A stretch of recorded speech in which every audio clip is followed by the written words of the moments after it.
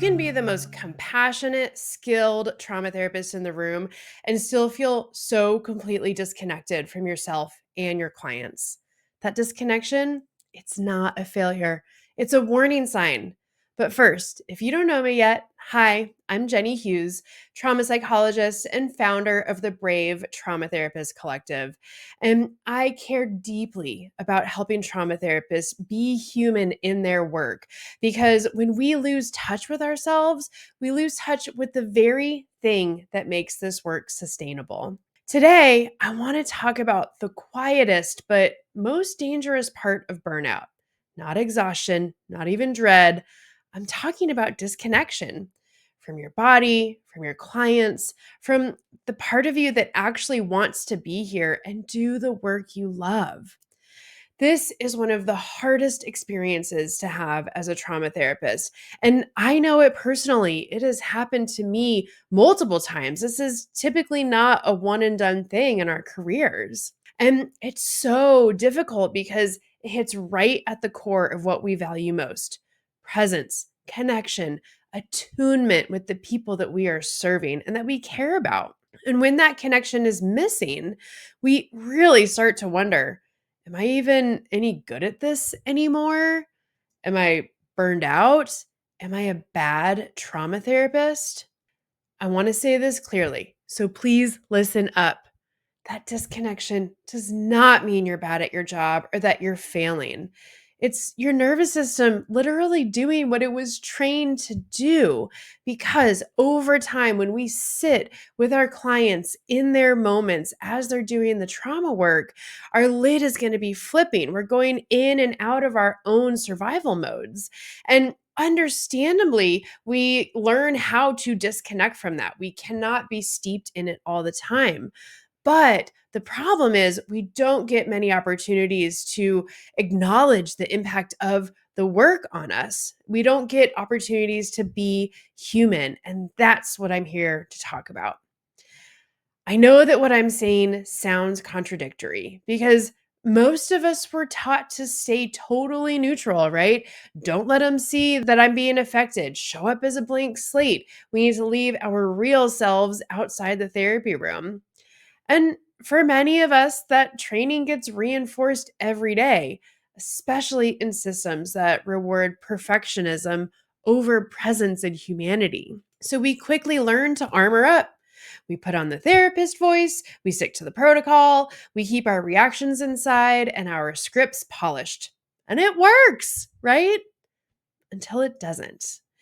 Because even though it looks like professionalism on the outside, your body knows. Your body feels the cost of armoring up every single day. And of course, that armor started with good intentions. It's there to protect you, and you're allowed to be protected.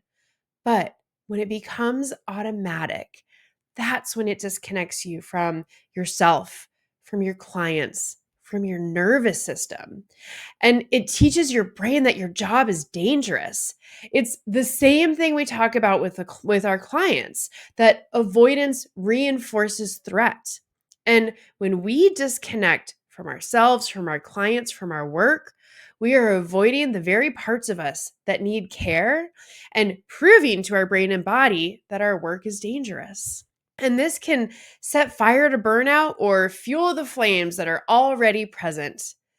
And the saddest part is that this is when the work stops giving back, because you not only avoid the hard parts of your work by disconnecting, but also the beautiful glimmers that you have access to every single day through vicarious resilience.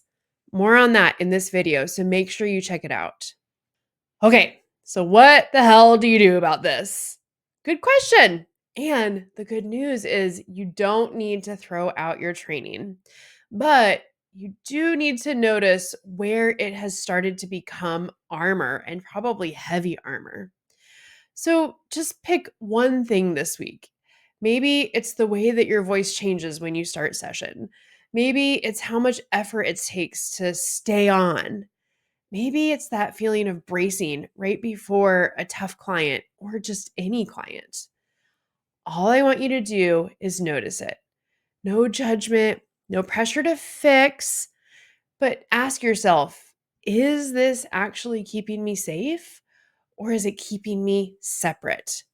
Because being human in the therapy room, it's not sloppy, it's not unprofessional. It is the foundation of connection. And connection is what heals, not just for your clients, but for you too. Before we end, I want to invite you to try a quick practice with me, okay? You get to consent to this. So check in, see if you're feeling safe, present, agreeable enough to do so. And if the answer is yes, take a breath. Let your shoulders drop, even just a tiny little bit. Give yourself permission to come into the present moment, to be here just 5% more than you are already. Not 100, not 50%, just 5%. And notice what shifts when you let your armor loosen just a tiny little bit.